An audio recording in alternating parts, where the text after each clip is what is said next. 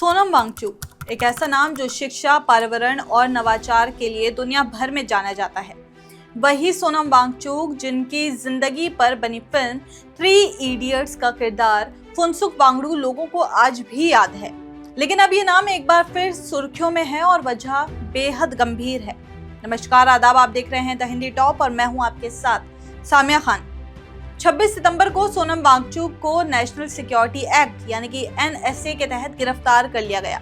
गिरफ्तारी से पहले ही उनके NGO का FCRA सर्टिफिकेट रद्द कर दिया गया था और अब उन्हें राजस्थान के जोधपुर जेल में शिफ्ट कर दिया गया है।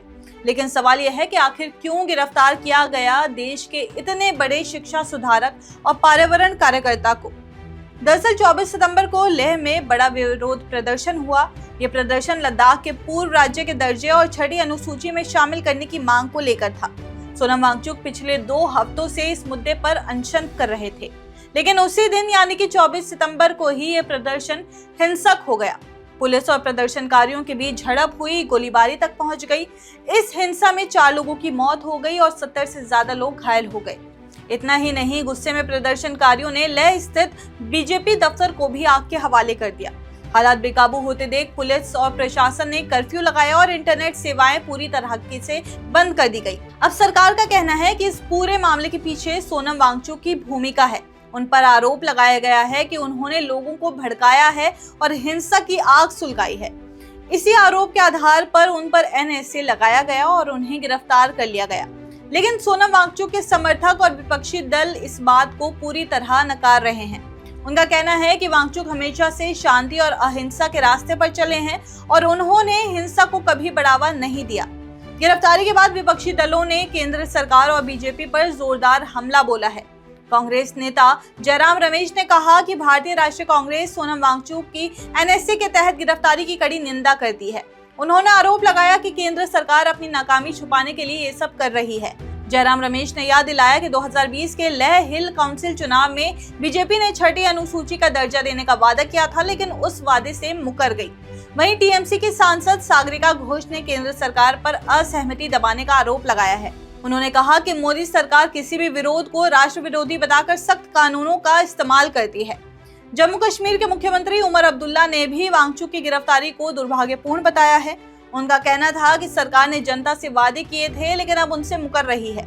जम्मू कश्मीर की पूर्व मुख्यमंत्री महबूबा मुफ्ती ने इसे सीधे सीधे कश्मीर जैसे हालात से जोड़ा। उन्होंने कहा कि आज लेह में कर्फ्यू और इंटरनेट बंद है, ये कश्मीर के हालात की याद दिलाता है।